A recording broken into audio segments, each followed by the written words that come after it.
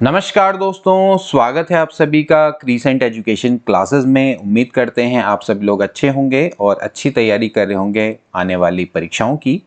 Uttarakhand LT भर्ती दोस्तों 2023 में आनी कंफर्म हो चुकी है। यूके ट्रिपल एससी ने कैलेंडर निकाल दिया है और उत्तराखंड एलटी भर्ती दोस्तों नवंबर में आनी प्रस्तावित रखी है। हालांकि दोस्तों अभी भी ये प्रस्तावित है, लेकिन फिर भी हम इसको कंफर्म मान के चलेंगे और इसी के अकॉर्डिंग दोस्तों आपको प्रिपरेशन भी करनी चाहिए।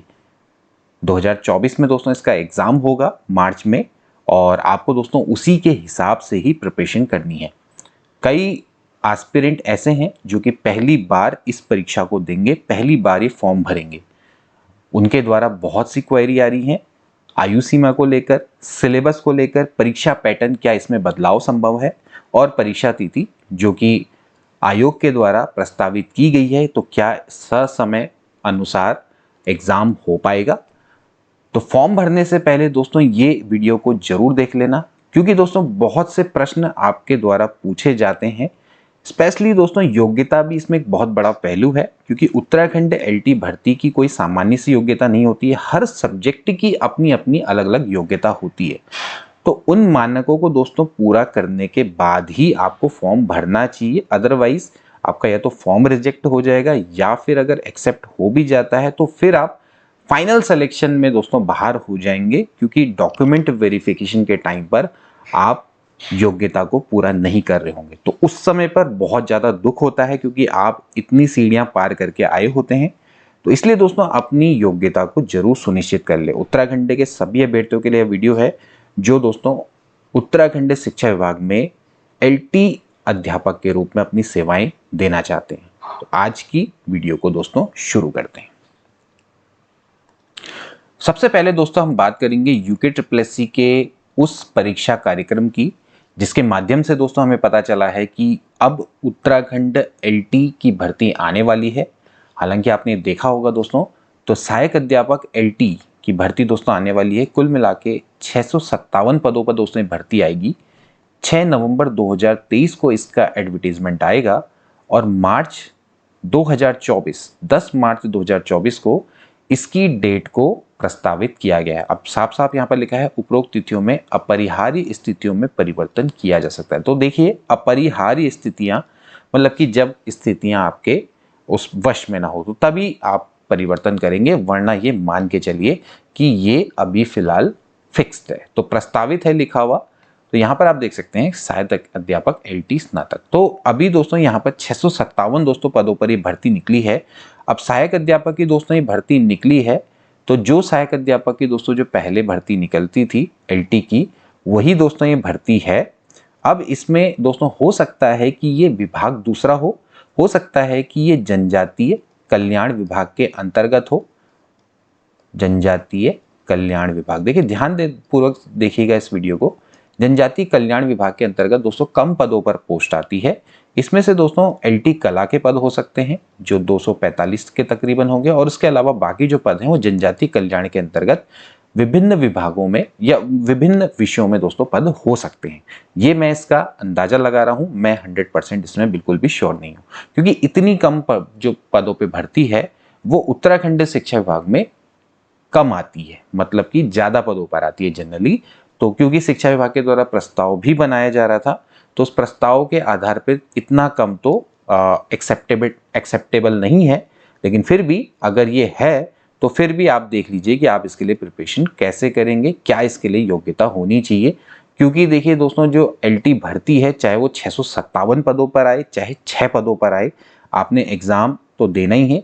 पर अगर आपको एग्जाम देना है तो उसमें आपके लिए एक पद ही काफ़ी होता है। ज़्यादा पदों की लालसा भी रखना उचित नहीं है। जितना भी है, जो भी है, उसके लिए आप सही तरीके से प्रिपरेशन करें, मैं आपसे यही बोलूँगा।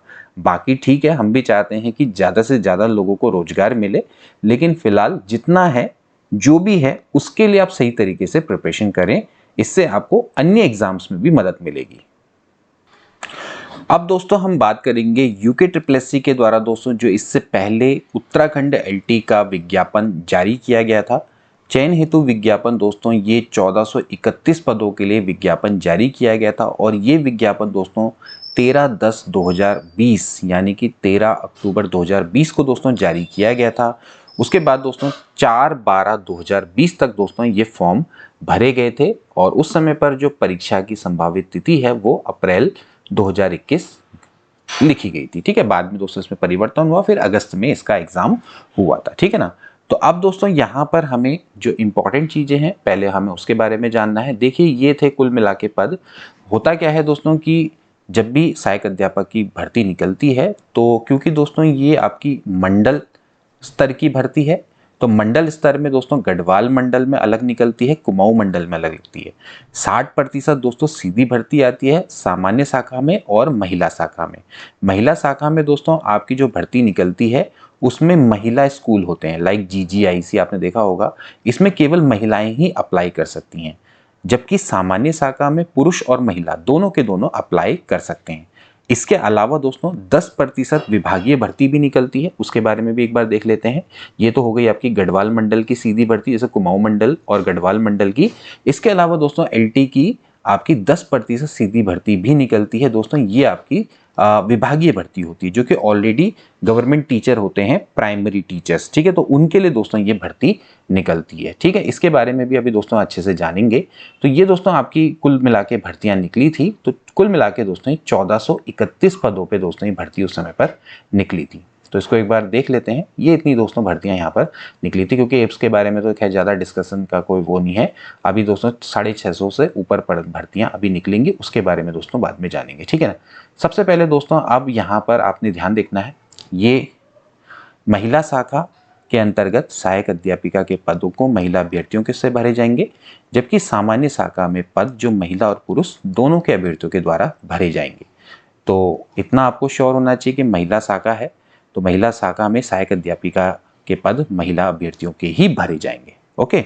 इसके अलावा दोस्तों जब आप आवेदन करते हैं तो आप केवल और केवल 60% सामान्य, 60% महिला, विभागीय 10% सामान्य और विभागीय 10% महिला कोटे में ही आप अप्लाई करेंगे। ठीक है, आपको गढ़वाल और कुमाऊं मंडल के चयन का विकल्प या फिर महिला विद्यालयों के चयन का विकल्प जब आप सेलेक्ट हो जाते हैं अभिलेख सत्यापन के समय पर मेरिट के आधार पर दोस्तों दिया जाता है। ठीक है ना। तो आप जब फॉर्म भरते हैं तो उस समय पर आप इसके लिए अप्लाई नहीं कर सकते, आप केवल फॉर्म भरेंगे। बाद में जब आपका अभिलेख सत्यापन होगा तब आपको दोस्तों गढ़वाल मंडल, कुमाऊं मंडल का विकल्प उस समय पर दिया जाता है। हालांकि अब अभिलेख सत्यापन के बाद दोस्तों ये प्रक्रिया चलती है। ठीक है ना। तो ये दोस्तों ध्यान रखना है। इसके अलावा जो 60% की सीधी भर्ती है और विभागीय लिखित परीक्षा की जो सीधी भर्ती है, ये दोनों एक साथ होती है।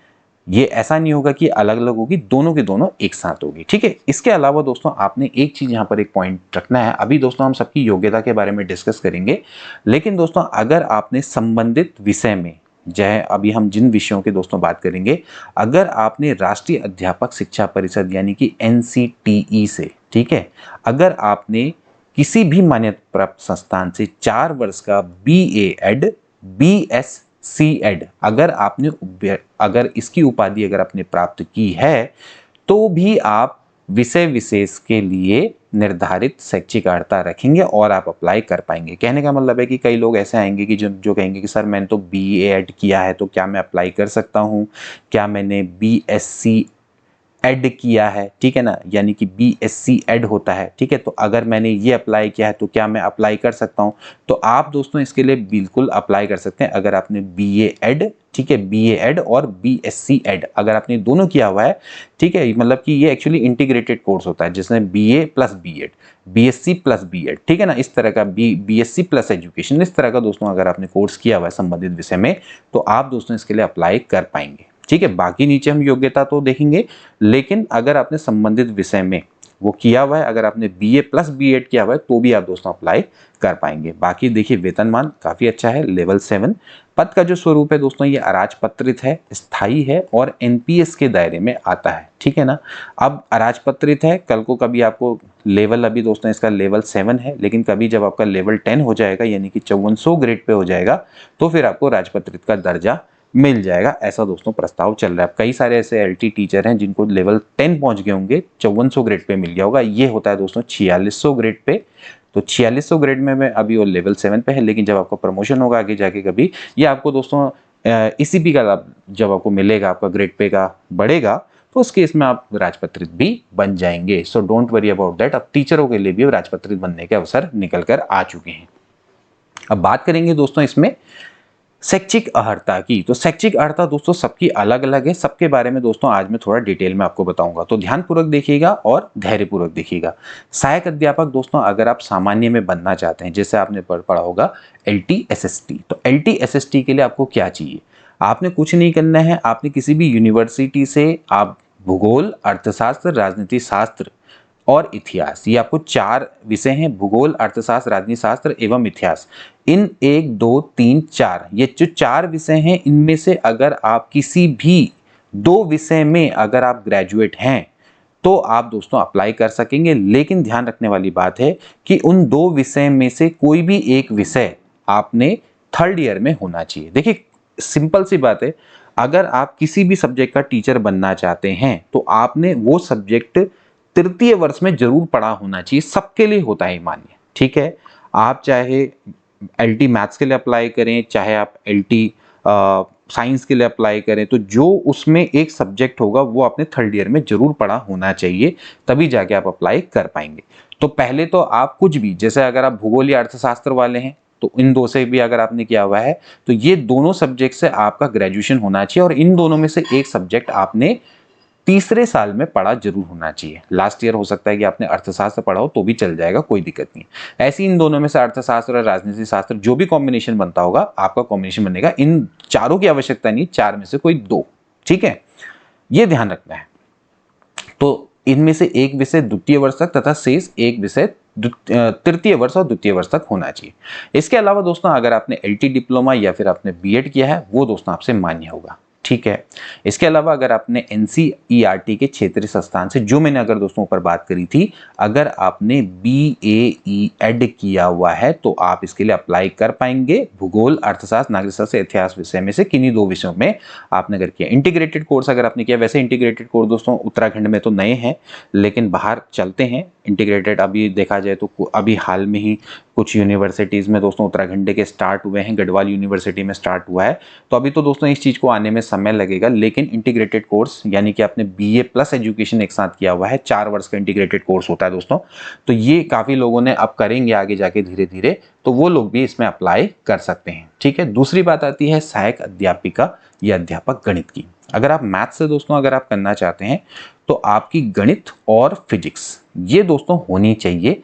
इसके अलावा कोई भी सब्जेक्ट हो उससे कोई मैटर नहीं है, लेकिन 3रे साल में आपने गणित या फिजिक्स में से कोई एक जरूर पढ़ा होना चाहिए। तो पहले 2 वर्ष में मैथ्स और फिजिक्स चल जाएगा, लास्ट ईयर में आपने मैथ्स या फिजिक्स में से कोई एक जरूर पढ़ा होना चाहिए, या फिर दोनों भी पढ़ेंगे तो और अच्छी बात है। तो सिंपल सी बात है, केवल मैथ्स और फिजिक्स चाहिए। इसके अलावा आपने BEd किया होना चाहिए, ठीक है। और एक चीज और, इन सब के अलावा दोस्तों आपको UTT 2 और CTT 2, हालांकि इसके बारे में आपको बताऊंगा, ये सभी चीजें 2 ये आपने क्लियर किया होना चाहिए, ठीक है। ये नीचे आएगा नीचे। तो इसी तरह से दोस्तों अगर आपने BSc ऐड किया हुआ है इन 2 विषयों के संग 4 वर्ष का, तो भी आप अप्लाई कर पाएंगे। इसके बाद देखिए नीचे, अगर आप सहायक अध्यापक या अध्यापिका विज्ञान बनना चाहते हैं तो दोस्तों इसमें आपको रसायन विज्ञान, जंतु विज्ञान, वनस्पति विज्ञान, ये तीनों दोस्तों आपके होने चाहिए। इन तीनों से ही दोस्तों आपकी स्नातक की उपाधि होनी चाहिए। इसमें दोस्तों काफ़ी बवाल मचा था पिछले साल की LT में। इसमें ये बोला गया था कि जिसने जूलॉजी, बॉटनी या फिर फॉरेस्ट्री ली हुई है, और भी कई सारे सब्जेक्ट होते हैं, जूलॉजी, बॉटनी, IT भी होता है, ठीक है ना, तो वो लोग भी अप्लाई करने गए, कोर्ट गए, लेकिन नहीं हुआ। तो ZBC चाहिए, तीनों चाहिए, तभी जाके अप्लाई कर पाओगे दोस्तों, ठीक है। इसके अलावा आपको BEd की उपाधि चाहिए। अगर आपने NCERT से 4 वर्ष का इंटीग्रेटेड कोर्स, ठीक है, अगर आप इतने तीनों विषयों से उत्तीर्ण किया है तो भी आप अप्लाई कर पाएंगे। तो इसलिए मैं आपको दोस्तों बार बार बोल रहा हूँ। इसके बाद दोस्तों अब हिंदी की योग्यता की बारे में बात करेंगे। ये भी दोस्तों काफी पेचीदा है, बहुत ज्यादा लोग पूछते हैं।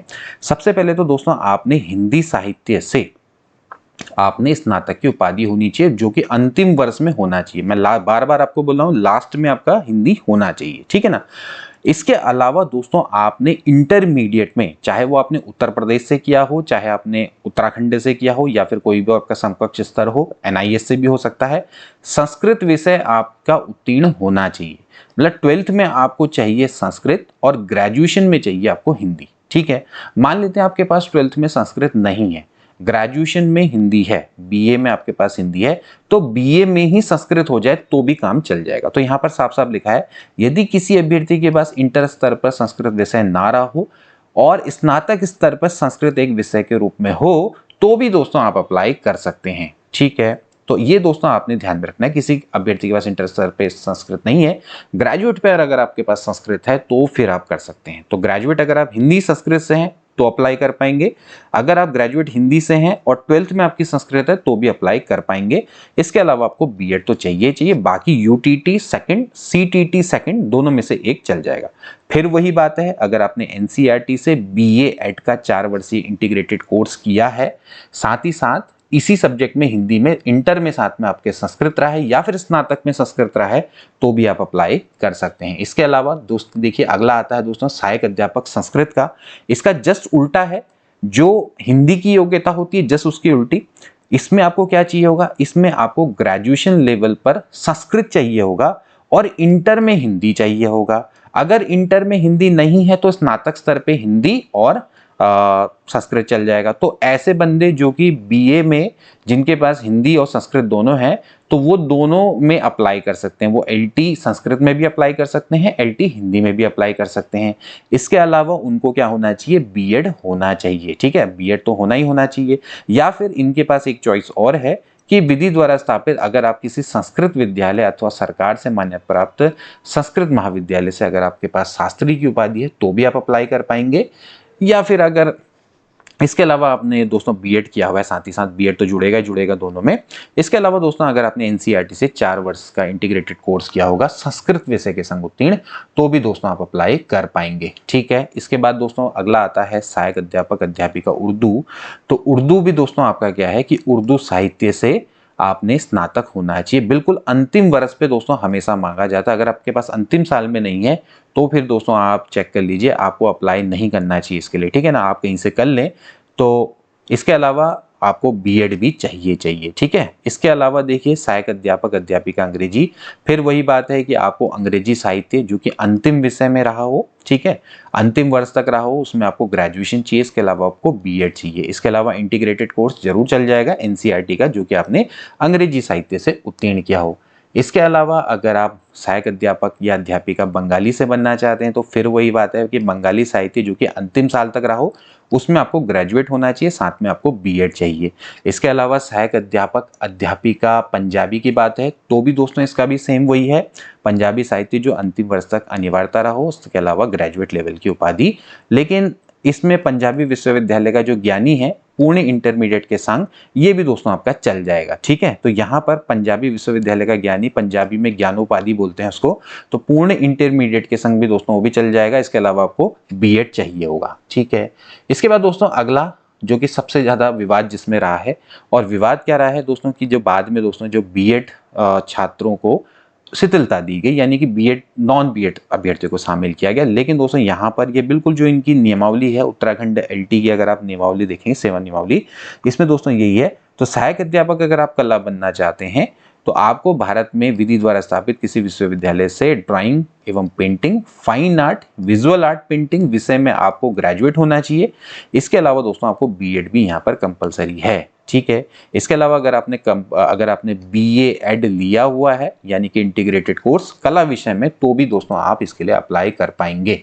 ठीक है, इसके बाद अब आती है फिजिकल एजुकेशन, शारीरिक शिक्षा की बात। तो फिर इसमें दोस्तों किसी विश्वविद्यालय से स्नातक की उपाधि चाहिए और इसमें दोस्तों शारीरिक शिक्षा में आपको 1 वर्ष की बीपी एड कोर्स होता है या फिर इसके दोस्तों कोई भी इक्विवेलेंट होगा वो चलने पड़ेगा। तो एनसीटी से आपने शारीरिक शिक्षा में आपका बीपी एड होना चाहिए, 1 वर्ष का स्नातक होना चाहिए। यहाँ पर बीएड नहीं है, यहाँ पर बीपी एड चाहिए। ठीक है, इसके अलावा अगर आप सहायक अध्यापक संगीत बनना चाहते हो, देखिए म्यूजिकल टीचर इनकी भी योग्यता रहती है अलग अलग।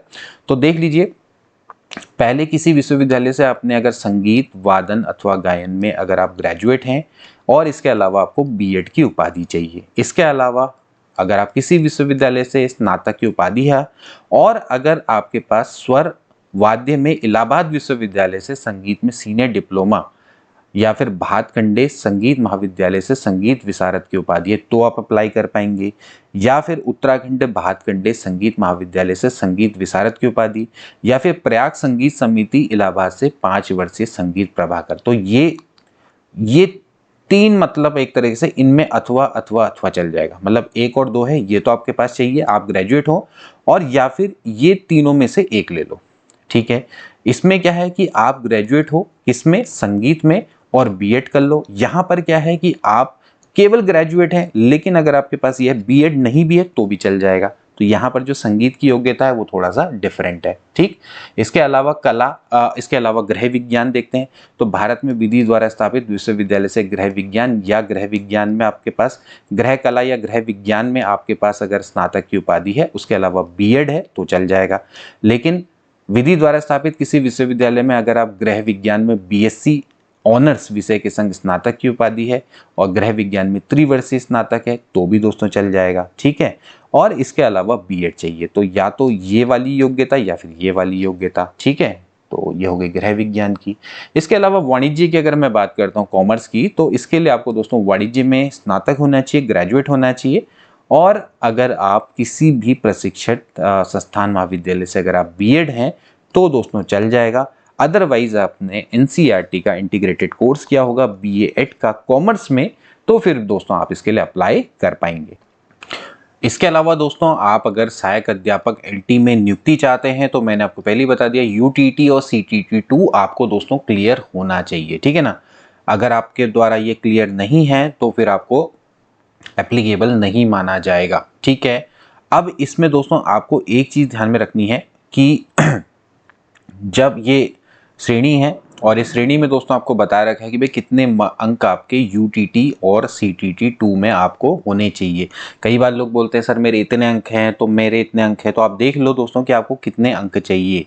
ठीक है, अगर आप महिला हैं और आप एससी महिला हैं तो एससी महिला को 60 अंक, इसी तरह से भूतपूर्व सैनिक को भी 60, स्वतंत्रता संग्राम सेनानी को भी 60, दिव्यांग को भी 60, इतने। अनाथ के लिए कुछ नहीं है क्राइटेरिया, लेकिन अन्य को दोस्तों आपके 60 अंक चाहिए एससी में। ठीक है, ऐसे ही अगर आप एसटी में आते हैं तो इसके लिए ये क्राइटेरिया है। ठीक है, इसके अलावा अगर आप ओबीसी में आते हैं तो 75 चाहिए मार्क्स। अगर आप अन्य मतलब कि अगर आप ईडब्ल्यूएस में आते हैं तो आपको महिला है तो 90 चाहिए, भूतपूर्व सैनिक में बाकी में 75 चाहिए, अन्य में 90 चाहिए। सामान्य में अगर आप दोस्तों आते हैं तो फिर आपको दोस्तों 90 मार्क्स चाहिए और बाकी भूतपूर्व सैनिक को 75, अनाथ के लिए 90, यहाँ पर अन्य के लिए 90। अब यहाँ पर अनाथ के लिए 90 का क्राइटेरिया यहाँ पर रखा हुआ है। ठीक है, तो ये चीज़ दोस्तों आपको पता होनी चाहिए। अब दोस्तों थोड़ा सा विभागीय जो 10% की सीधी भर्ती है उसके लिए भी दोस्तों हम जरा एक बार देख लेते हैं भाई कौन कौन एप्लीकेबल हैं।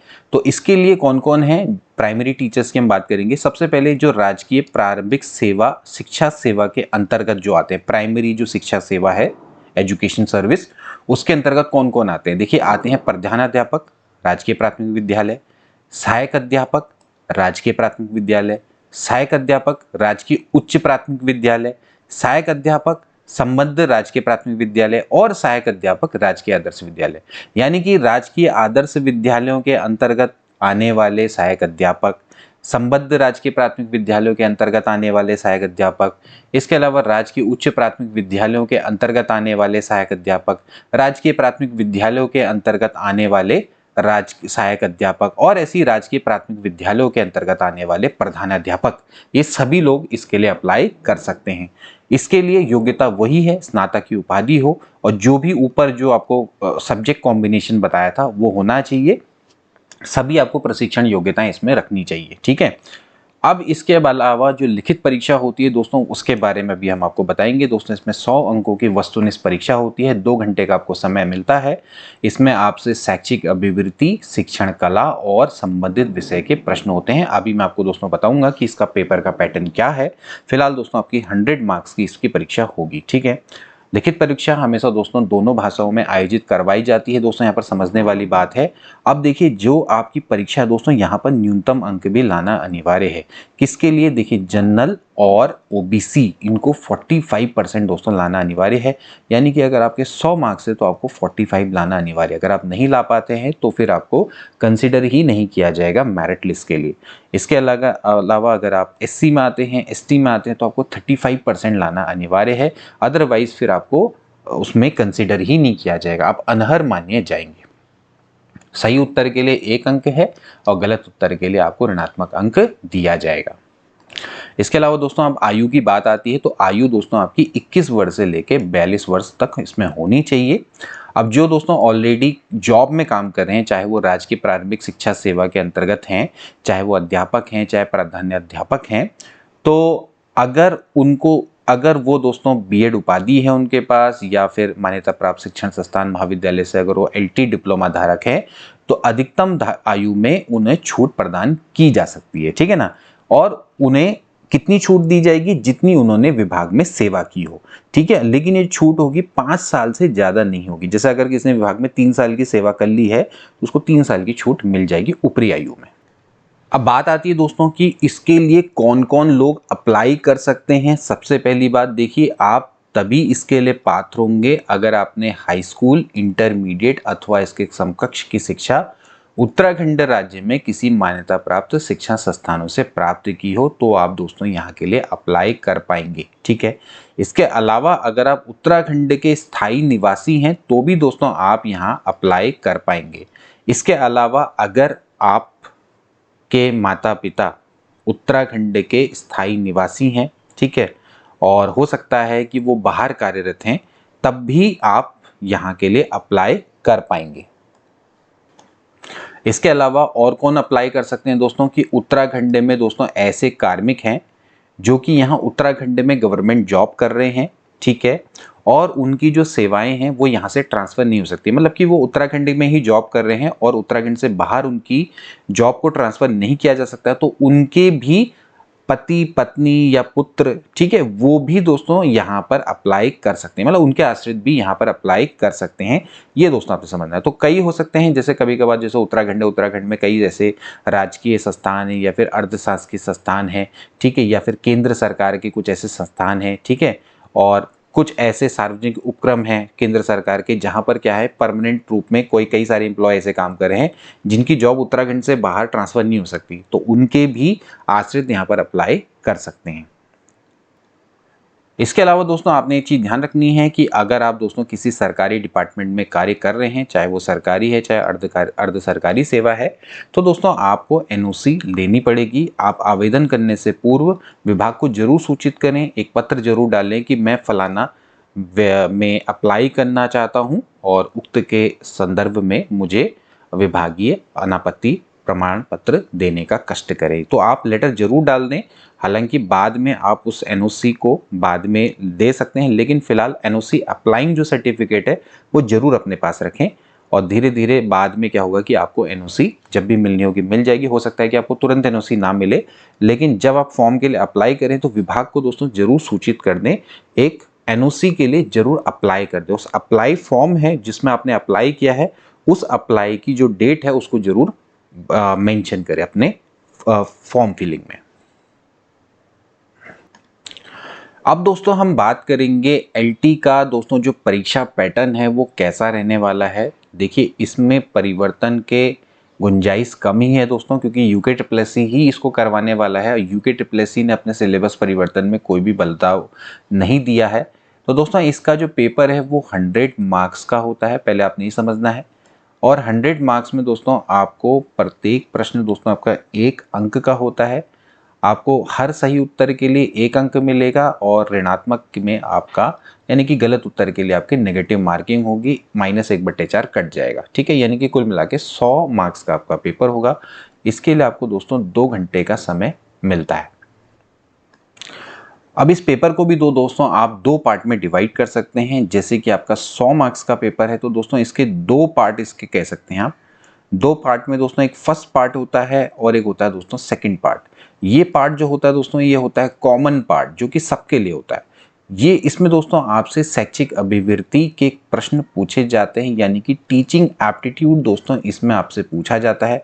जो सेकंड पार्ट होता है दोस्तों वो आपका सब्जेक्टिव होता है, यानी कि जो आपके सब्जेक्ट आधारित प्रश्न हैं वो दोस्तों इसमें आपसे पूछे जाते हैं। तो वो आपका जो विषय विशेष है उसी से संबंधित आपके प्रश्न पूछे जाएंगे।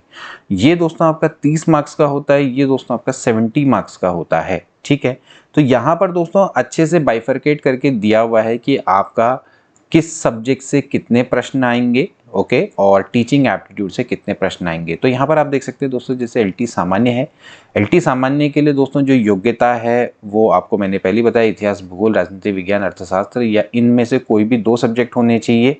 तो इसमें दोस्तों इन सभी से प्रश्न आते हैं, भले ही कोई 2 सब्जेक्ट मांगे जाए।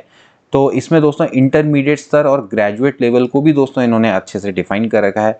इतिहास, भूगोल, राजनीति विज्ञान, अर्थशास्त्र सबसे दोस्तों आपके 7-7 नंबर के क्वेश्चन आते हैं जो कि इंटरमीडिएट से आते हैं। तो 28 नंबर का तो यहीं पर से आता है। और यहाँ पर अगर बात करें ग्रेजुएट लेवल की तो आप देख सकते हैं, तो दोस्तों यहाँ पर आपका 42 नंबर का दोस्तों आपका ग्रेजुएट लेवल का दिखाई दे रहा है। तो 28 नंबर का इंटर का, 42 नंबर का ग्रेजुएट का और 30 मार्क्स की दोस्तों आपसे टीचिंग पैडागोजी पूछी जाती है। तो कुल मिला के दोस्तों 100 नंबर का पेपर आपका बन जाता है। ठीक है, सिमिलरली दोस्तों अगर आप यहाँ देखें उत्तराखंड एलटी गणित की अगर मैं बात करूँ तो दोस्तों यहाँ पर भी 30 मार्क्स की आपसे पैडागोजी पूछी जाएगी, 20 नंबर की दोस्तों यहाँ पर मैथ्स आती है, 8 नंबर की दोस्तों फिजिक्स आती है इंटरमीडिएट स्तर पर। और ऐसी दोस्तों यहाँ पर 29 मार्क्स की दोस्तों गणित आती है, 13 मार्क्स की दोस्तों आपकी फिजिक्स दोस्तों पूछी जाती है जो कि ग्रेजुएट लेवल पर होती है। और इसमें भी दोस्तों अगर आप देखें तो 42 मार्क्स का आंकड़ा बैठता है। तो कुल मिला के दोस्तों आपसे टोटल 100 नंबर का पेपर यहाँ पर बनता है। ऐसी दोस्तों अगर मैं साइंस की बात करूँ तो 30 मार्क्स, ऐसी रसायन विज्ञान, जंतु विज्ञान और वनस्पति विज्ञान तीनों को मिला के दोस्तों 28 अंक, ऐसी इन तीनों को मिला के 42 अंक। तो यहाँ पर दोस्तों आपका जो आंकड़ा बैठेगा दोस्तों वो हो जाएगा आपका 100 मार्क्स का। तो यानी आप ये मान के चलिए कि इंटरमीडिएट स्तर से 28 मार्क्स का आता है, ग्रेजुएट लेवल से 42 लेवल का और 30 मार्क्स की आपकी पैडागोजी आती है। तो ऐसी हिंदी है तो हिंदी में भी 30, यहाँ पर पैडागोजी हिंदी के 14 नंबर, संस्कृत के 14 नंबर, बाकी यहाँ पर पूरी ग्रेजुएट लेवल की हिंदी आती है। तो 100 मार्क्स का पेपर। इसी तरह से संस्कृत है तो यहाँ पर आपकी संस्कृत ही आएगी। तो संस्कृत लैंग्वेज वालों के लिए ठीक है, उनको कोई अन्य सब्जेक्ट पढ़ने की आवश्यकता नहीं है। उर्दू में भी आपका वही सेम है, अंग्रेजी में वही है, बंगाली में भी वही है, पंजाबी, कला में तो दोस्तों ये एक और चीज़ है कि यहाँ पर आपका टीचिंग एप्टीट्यूड के प्रश्न भी नहीं आते हैं। तो उनके लिए केवल कला 30 नंबर की इंटर लेवल और ग्रेजुएट लेवल की आती है।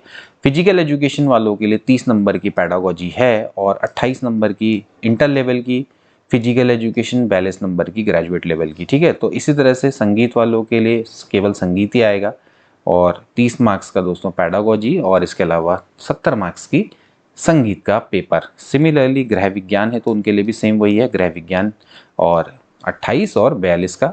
इसी तरह से वाणिज्य है तो उनके लिए भी केवल वाणिज्य आएगी इंटर और ग्रेजुएट लेवल की। तो यहाँ पर जो ये सब्जेक्ट है जिनके लिए सिंगल योग्यता है उनके लिए ठीक है, केवल जो हिंदी है लैंग्वेज की अगर मैं बात करूँ तो वहीं पर ही थोड़ा हिंदी और संस्कृत है। अदरवाइज दोस्तों आप देख सकते हैं कि जो साइंस के सब्जेक्ट हैं या फिर सामान्य है वहाँ पर तो दोस्तों आपको थोड़ा सा यहाँ पर स्ट्रगल ज़्यादा करना पड़ सकता है। ठीक है, बाकी दोस्तों मैं आपको थोड़ा सा इसमें जो पैडागोजी का सिलेबस है यानी कि 30 नंबर का कॉमन सिलेबस वो भी दोस्तों एक बार दिखा दूं।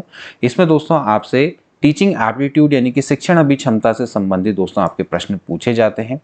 तो शिक्षण अभिक्षमता यानी कि टीचिंग एप्टीट्यूड, उससे दोस्तों कौन कौन से प्रश्न दोस्तों आपसे पूछे जाते हैं यानी कि कौन कौन से आपके सिलेबस में है। तो देख लीजिए, शिक्षकों में छात्रों के प्रति अभिवृत्ति, attitude of teachers towards student.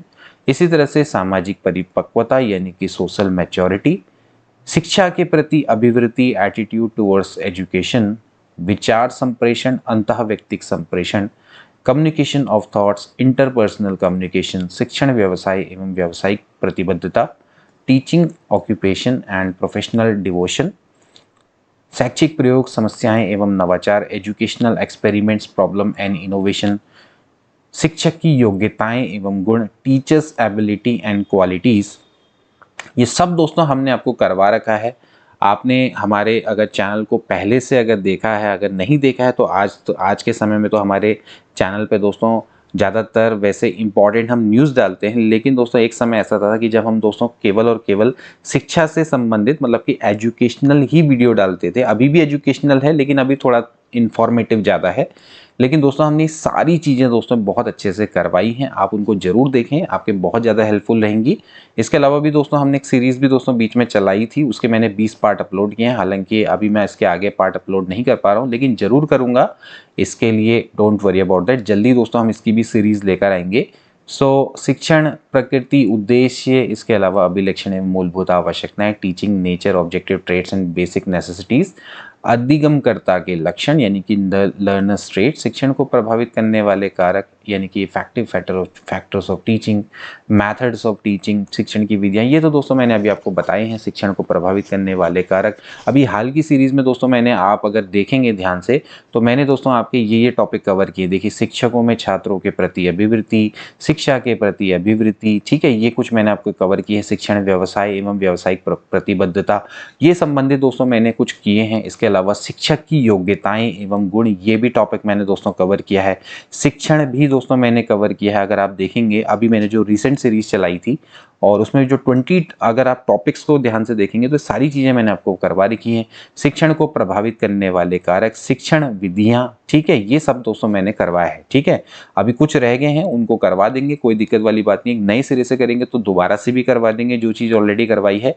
शिक्षण की सहायक सामग्रियां, बच्चों में वृद्धि एवं विकास, ठीक है, यानी कि growth and development in children, effect of heredity and environment in growth and development, अधिगम का अर्थ एवं अवधारणा, ठीक है, meaning and concept of learning, its process and its effective factors, ठीक है, अधिगम के सिद्धांत, principle of learning and its effect, बच्चों का सीखना एवं सोचना, learning and thinking process in children, अभिप्रेरणा एंड अधिगम पर इसका प्रभाव, motivation and its effect on learning process.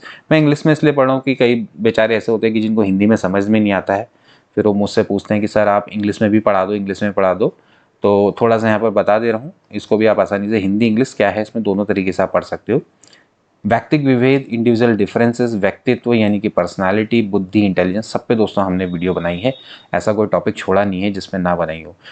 बुद्धि पर मैंने 100 क्वेश्चन, 100 MCQ की क्लासेस दोस्तों ली है, वो भी कंटिन्यूसली, ठीक। इसी तरह से विशेष आवश्यकता वाले अधिगम करता, लर्नर ऑफ स्पेसिफिक नीड्स, अधिगम की कठिनाइयाँ, अधिगम के पठार, learning gap, difficulty in learning, learning plateau, learning gap दोस्तों, सामंजस्य, कोऑर्डिनेशन। इसके अलावा दोस्तों नेशनल करिकुलम फ्रेमवर्क 2005 वाला, ठीक है, उसके अलावा उससे पहले के भी जो थे वो भी आपको बताए हैं, ठीक। मापन एवं मूल्यांकन, measurement and evaluation, technique of evaluation, comprehensive and continuous evaluation CCE, ये सभी दोस्तों आपको बताया है। एक्शन रिसर्च, शिक्षा का अधिकार अधिनियम 2009। तो ये दोस्तों आपका इसका डिटेल सिलेबस है और ये सभी चीज़ें दोस्तों हमने आपको करवाई है।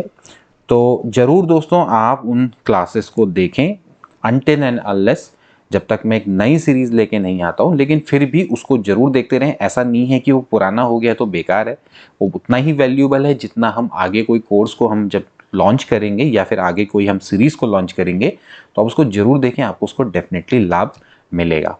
तो दोस्तों आज की वीडियो के लिए इतना ही। आई होप कि दोस्तों आपके सभी डाउट्स यहाँ से क्लियर हो गए होंगे। कुछ अन्य डाउट्स होंगे तो जरूर मुझे बताइएगा, तो मैं उससे संबंधित एक और वीडियो अपलोड करने का प्रयास करूंगा। तो आज के लिए दोस्तों इतना ही, मिलते हैं नेक्स्ट वीडियो में, तब तक के लिए गुड बाय।